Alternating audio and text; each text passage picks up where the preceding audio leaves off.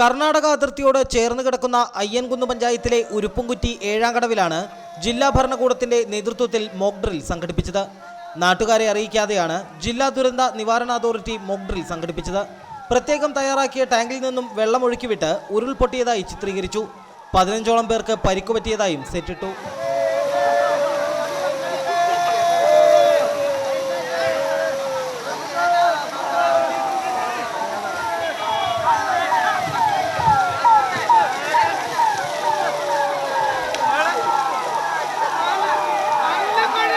കുന്നിൻ മുകളിൽ അപകടം പറ്റിയവരെ രക്ഷിക്കാനായി നാട്ടുകാർ അലമുറയിട്ടു.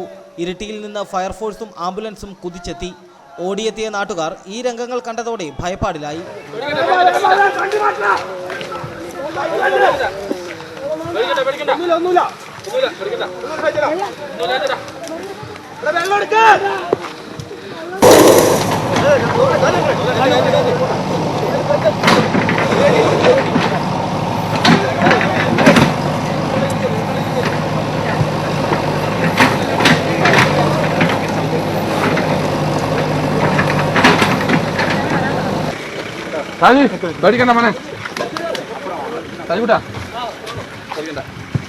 പരിക്കേറ്റവരെ വിവിധ വാഹനങ്ങളിൽ ആശുപത്രിയിലേക്ക് കൊണ്ടുപോവുകയും ചെയ്തു.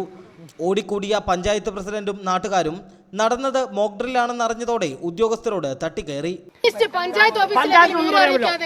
എന്നെ സംബന്ധിച്ച് എനിക്ക് ഒരു 100 കോൾ വന്നിട്ടുണ്ട്. എനിക്കൊന്നും അറിയില്ല പറയാൻ. ഞാനത് ഐ ആം ഹെൽപ്ലെസ്. നിങ്ങൾ ചെയ്തത് എന്തായാലും തെറ്റായിപ്പോയി. കാര്യങ്ങൾ കൈവിട്ടു പോകുമെന്ന ഘട്ടമെത്തിയതോടെ ജില്ലാ കളക്ടർ മീർ മുഹമ്മദ് അലി സ്ഥലത്തെത്തി കാര്യങ്ങൾ വിശദീകരിച്ചു. സെൻട്രൽ ഗവൺമെന്റിന്റെ ഒരു ഡയറക്ഷനും സ്റ്റേറ്റ് ഗവൺമെന്റിന്റെ ഡയറക്ഷൻ ഉണ്ടായിരുന്നു. അതിന്റെ അടിസ്ഥാനത്തിൽ മുഴുവൻ ഇതിന്റെ പ്ലാനിങ് എക്സെട്രാ നമ്മൾ ഒരു ഡിസ്ട്രിക്ട് ഡിസാസ്റ്റർ മാനേജ്മെന്റ് അതോറിറ്റി ഉണ്ട്. ആ മീറ്റിംഗിൽ വെച്ചിട്ട് തീരുമാനിച്ചിരുന്നു. ഇത് മോക്ക് ഡ്രിൽ ഇന്ന് 28th നടത്തുമെന്ന് ഒരു മാസം മുൻപ് തന്നെ തീരുമാനമുണ്ടായിരുന്നു. ഇത്ര ദിവസമായിട്ട് അത് സീക്രട്ട് ഇരുന്നത് നല്ല കാര്യം ആയത്.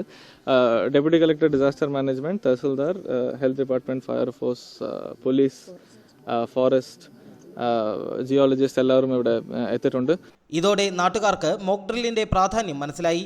അയ്യൻകുന്ന് പഞ്ചായത്തിലെ സുരക്ഷാ സംവിധാനങ്ങൾ വർദ്ധിപ്പിക്കുമെന്ന് ജില്ലാ കളക്ടർ പറഞ്ഞു.